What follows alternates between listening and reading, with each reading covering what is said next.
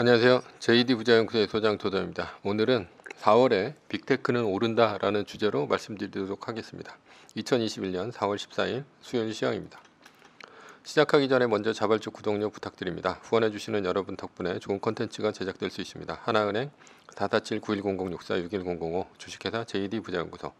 여러분 잘 구독료 덕분에 잘 꾸려가고 있습니다. 2021년 JD 부자연구소 7기 인강 모집을 합니다. 지금 부동산 강의는 마감됐고요. 주식 강의는 이번 주 일요일까지 마감이니 관심 있으신 분들은 동영상 밑에 링크를 참조하시면 됩니다. 아니면 구글에서 JD 부자연구소를 검색하셔도 됩니다.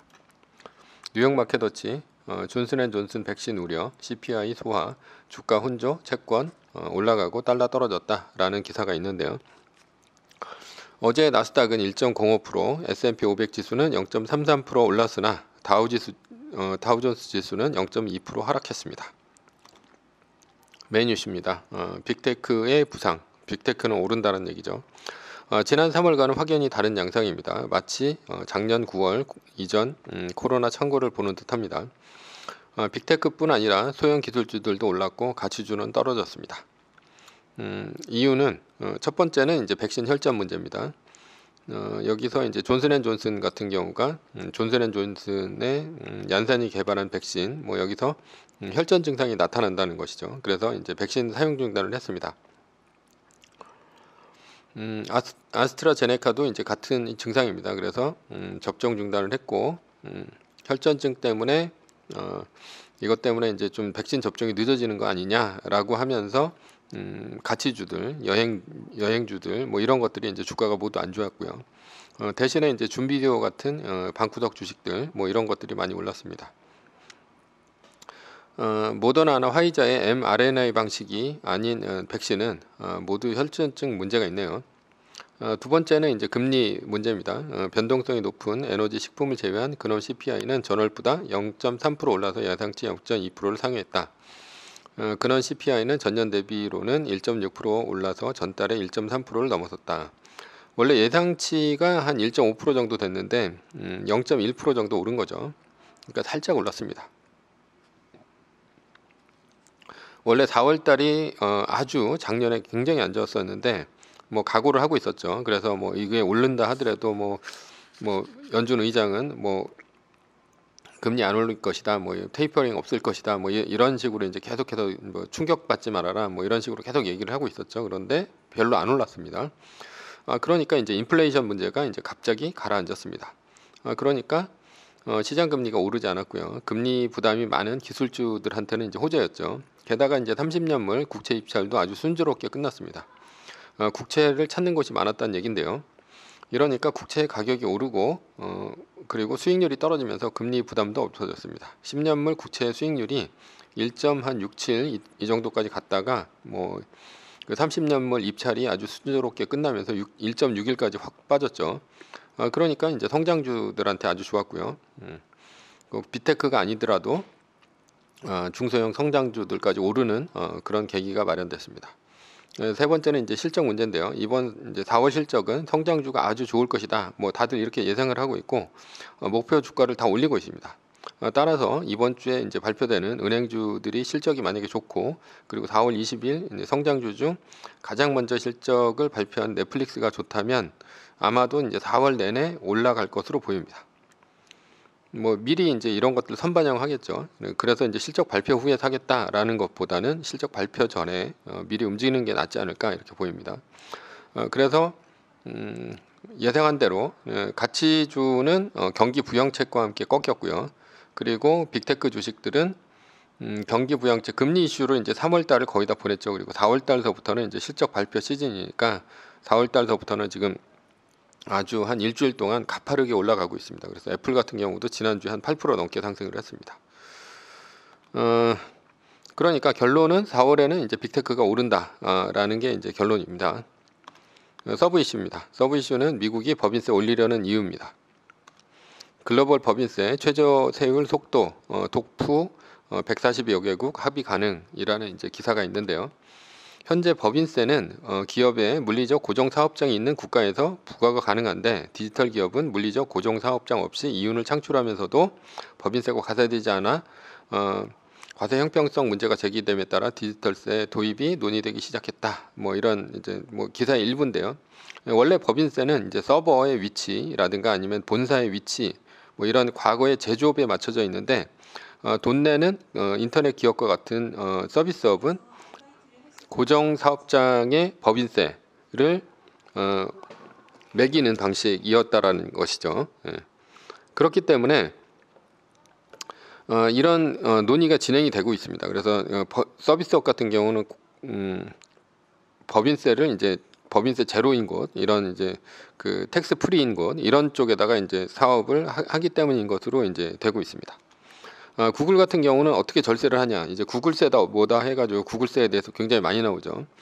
구글 같은 경우가 2004년 8월 달에 상장을 했습니다. 그런데 2003년도 구글의 가장 핵심 기술인 검색 및 광고 기술을 어디다 팔았냐, 이게 구글 홀딩스라는 회사에다 매각을 했습니다. 이게 왜 문제냐, 구글하고 구글 자회사인 구글 홀딩스는 완전히 다른 회사이기 때문입니다. 그래서 이제 법인세 뭐 이런 세법 구조가 완전히 다르죠. 그리고 구글의 핵심 기술을 가진 구글 홀딩스는 본사를 조세가 제로인 버뮤다 제도에다가 신고를 했습니다. 자, 이런 사전 작업을 마치고 2004년 8월에 구글이 상장을 한 것이죠. 이러면 어떤 일이 벌어지냐? 구글에서 벌어들이는 돈은 광고가 이제 뭐 90% 이상인데 뭐 90%가 아니라 98% 거의 가까이 되죠. 그런데 이 광고 기술을 사들인 구글 홀딩스는 어느 나라 회사예요. 이게 바로 이제 버뮤다 제도의 회사죠. 따라서 구글은 모든 이익을 버뮤다 제도에 있는 구글 홀딩스로 보내야 됩니다. 왜냐하면 여기서 그 지식재산권을 다 샀으니까. 그러니까 광고하고 그 다음에 검색 기술에 대한 그 재산권을 전부 사버렸으니까 이쪽으로 보내야 됩니다. 그러니까 구글은 법인세를 낼 필요가 없고요. 오히려 비용 처리를 해가지고 뭐 환급을 받아야 할 수도 있습니다. 그러나 모든 이익은 버뮤다 제도에 있는 구글 홀딩스가 가져가는 거니까 미국에서 번 돈도 모두 버뮤다 제도에 있는 것입니다. 애플도 같은 방법으로 아일랜드에 등록된 애플 자회사에다 모든 돈을 다 몰아주고 있어요. 이유는 구글과 같죠. 아일랜드는 법인세가 12.5%고 이것을 이제 세금까지 고려를 하면 훨씬 낮은 세금 냅니다. 그러나 미국의 법인세는 얼마예요? 21%죠. 그래서 이제 트럼프 때 해외에 있는 자금들, 그런 자금들을 뭐 한 12%, 10%대 초반으로 이제 세금을 매길 테니까 들여와라 이렇게 얘기를 했는데 안 들여오고 있죠. 네. 스카이프라는 회사도 자회사를 아일랜드에 세우고 핵심 기술을 매각을 했습니다. 물론 언제 매각을 했냐? 아까 구글처럼 상장 전에 핵심 기술을 이제 매각을 했죠. 왜냐하면 상장 후에 매각을 하면 세금 회피로 국세청에 조사를 받아야 할 수도 있고 그 다음에 욕을 뒤지게 먹겠죠. 사람들한테. 이런 방식을 수익 이전이라고 합니다. 이런 절세 방식을. 그래서 뭐 딜로이트 같은 회계 4대 이제 회계사무소 이런 쪽에서 굉장히 이거를 많이 추천을 하고 있다고 그래요.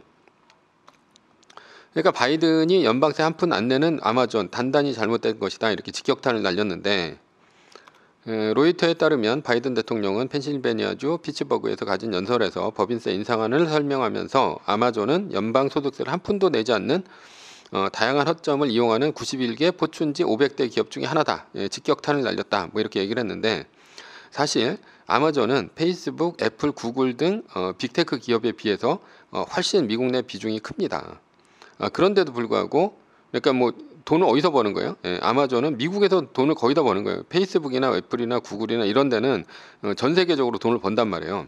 근데 아마존은 거의 다가 미국에서 돈을 많이 버는데 그런데도 불구하고 조세 천국에다가 자회사를 차려놓고 이익금을 빼돌리니까 바이든이 이제 콕 집어서 아마존을 이제 비난한 것이죠. 그러면 지금 논의되고 있는 내용이 뭐냐? 첫 번째, 고정사업장이 없어도 사업을 해서 이익이 났으면 그 나라에서 번 것은 그 나라에서 세금을 내야 된다라는 것이고요. 두 번째는 법인세 최저 한도를 21%로 하자 뭐 이런 건데 그래서 법인세가 높은 EU의 선진국인 영국이나 프랑스나 뭐 일본 뭐 이런 나라들은 미국 입장에 대해서 환영을 표하고 있어요. 그러나 이것은 문제가 있습니다. 자, 첫 번째 경우입니다. 각국의 법인세 제도를 모두 바꿔야 됩니다. 첫 번째 경우는 법인세 제도를 근본적으로 바꾸면 선진국만 유리합니다. 왜냐하면 선진국에서는 돈을 더 많이 쓰기 때문이죠. 그래서 세금을 더 많이 거둘 수가 있는데 세금을 낮춰서 기업을 유치하려던 나라들이 반대할 것이 뻔하기 때문에 타결이 될 수가 없어요. 두 번째 경우도 개발도상국이 반대할 것입니다. 왜냐하면 법인세 21%는 낮다고 볼 수는 있지만 이거는 어디까지나 선진국 기준입니다. 대부분의 나라에서는 수출기업이나 중소기업 등한테는 낮은 세율을 적용을 해요. 그러나 만약에 21%로 통일이 되면 세율이 모두 올라가는 거죠. 그래서 중소기업 같은 경우는 망할 가능성이 있는 데다가 대기업이 기술력 있는 중소기업을 흡사병할 수도 있고, 그리고 거꾸로 이게 그 신흥국들, 이것을 받아들였을 때는 신흥국들한테 선진국이 압력을 가할 수도 있습니다. 그러니까 니네들 그 나라에서 돈 대 가지고 이런 기업들 살려주는 거 아니냐, 보조금 줘서 살려주는 거 아니냐, 이런 식으로 얘기를 할 수 있다는 거죠. 그러면 만약에 21%를 해놓고 뭐 중국 같은 경우는 보면 어떻게 합니까? 뭐 수출기업이나 뭐 중소기업이나 아니면 전략기업이나 뭐 기술기업 뭐 이런 데는 거의 세금을 안 걷죠. 근데 니네들 왜 21% 안 걷어? 응? 걷어야지. 이러면서 미국이 압박을 하면 어떻게 됩니까? 오히려 이 조세로서 그 신흥국들을 압박할 수 있는 그런 가능성이 생긴다는 것이죠. 미국에서 이렇게 법인세를 올리거나 바꾸려는 의도가 뭐냐라는 거죠. 예, 요게 이제 코로나로 돈을 많이 썼는데 메울 방법이 세금을 올리거나 탈세를 잡아서 해결할 수밖에 없기 때문이죠. 돈을 더 찍어냈다가는 균형 재정과도 이제 거리가 멀어지고, 그리고 공화당의 반대에 부딪히면서 뭐 2011년 미국의 신용등급 위기 같은 게 벌어질 수도 있습니다. 그리고 기축통화인 달러의 가치가 훼손될 수도 있어요. 2008년도 금융위기 이후 미국은 지적재산권이나 특허를 통해서 신흥국들을 걸고 넘어졌습니다. 이것은 물론 돈이 없어서 그렇죠. 대표적인 것이 바로 애플의 둥근 모서리 특허와 격자무늬 아이콘 특허입니다. 애플이 삼성전자한테 스마트폰을 베끼면서 따라오니까 특허 소송을 미국 법원에 낸 것이고, 뭐 이런 지적재산권에 관한 소송이 2008년도 금융위기 이후 돈을 진짜 많이 쓴 다음에 지적재산권으로 신흥국에 엄청나게 많은 소송이 걸렸습니다. 미국의 민주당은 현재 돈을 빼앗아 올 곳이 없는지 지금 혈안이 돼 있는 상태예요. 그렇다면 왜 기업은 조세 회피처로 이렇게 많은 돈을 빼돌릴까라는 거죠. 기업의 이익을 조세 회피처로 빼돌리는 것을 결정한 사람이 누구냐? 바로 이제 CEO하고 그리고 대주주 그리고 이사회 이사진이죠. 셋 다 한 편입니다. CEO는 연임을 해야 되고요. 뭐 대주주 같은 경우는 이제 돈을 많이 받아야 되죠. 이사진도 마찬가지로 배당을 많이 받아야 됩니다. 그래서 이익이 많아야 주주한테 배당을 할 수 있고요. 자사주를 매입해서 태워야 주가가 올라갑니다. ROE가 이제 좋아지면서. 그러니까 절세를 통해서 이익의 극대화를 추구하는 것은 당연한 일입니다. 이것 외에도 이익이 커지면 할 수 있는 일이 많습니다. 신사업에 도전을 할 수도 있고요. 뭐 애플이 이제 전기차를 만든다든가 뭐 이런 식으로 할 수도 있고, 인수합병으로 기술 기업을 사거나 경쟁자를 제거할 수도 있습니다. 결론입니다. 법인세 인상은 빅테크한테 위협이지만 실제로는 쉽지는 않다라는 것입니다. 매뉴얼입니다. 주식 매뉴얼은 매수일은 마이너스 3% 같은 2021년 3월 18일에 한 달 플러스 1일 이후인 2021년 4월 19일이다. 8거래일 상승은 마이너스 3%가 끝나는 신호이다. 세계 1등 주식은 더 떨어지면 정해진 비율대로 말뚝박기를 하자. 전제는 세계 1등 주식은 무조건 우상향한다라는 것이고요. 세계 위의 상황은 매뉴얼일 뿐입니다. 따를 사람은 따르고 참고할 사람은 참고하시면 됩니다. 주식을 사고 파는 것에 대한 모든 책임과 이득은 본인에게 있습니다. 매뉴얼을 지키다가 포모가 두렵다면 매뉴얼을 지키지 말고 마이너스 3%대 판 가격보다 단 1불이라도 떨어졌다면 전량 매수하시기 바랍니다. 지금까지 4월에 빅테크는 오른다라는 주제로 말씀드렸고요. JD 부자연구소의 소장 조단이었습니다. 컨텐츠가 좋았다면 구독, 좋아요, 알람 설정 부탁드립니다. 감사합니다.